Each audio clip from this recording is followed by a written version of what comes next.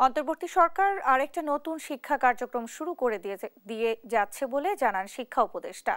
বিকেলে সচিবালয়ে সাংবাদিকদের সঙ্গে মতবিনিময় সভায় এসব কথা বলেন তিনি। উপদেষ্টা বলেন, প্রযুক্তিকে শিক্ষার পরিপূরক হিসেবে ব্যবহার করতে চায় সরকার। আগামী জুলাই থেকে কলেজ পর্যায়ে অনলাইনে আবেদন ও ট্রান্সফারের কার্যক্রম করতে পারবে শিক্ষকরা। শিক্ষা উপদেষ্টা বলেন, এনসিটিবির বইয়ের মান উন্নয়ন করার চেষ্টা চলছে। গতবারের মতো যাতে ভুলে ভরা আর নিম্নমানের কাগজ না থাকে সেই ব্যাপারে কাজ চলছে। ডিসেম্বরের শেষ সপ্তাহের মধ্যেই শিক্ষার্থীদের হাতে চলে যাবে নতুন বই।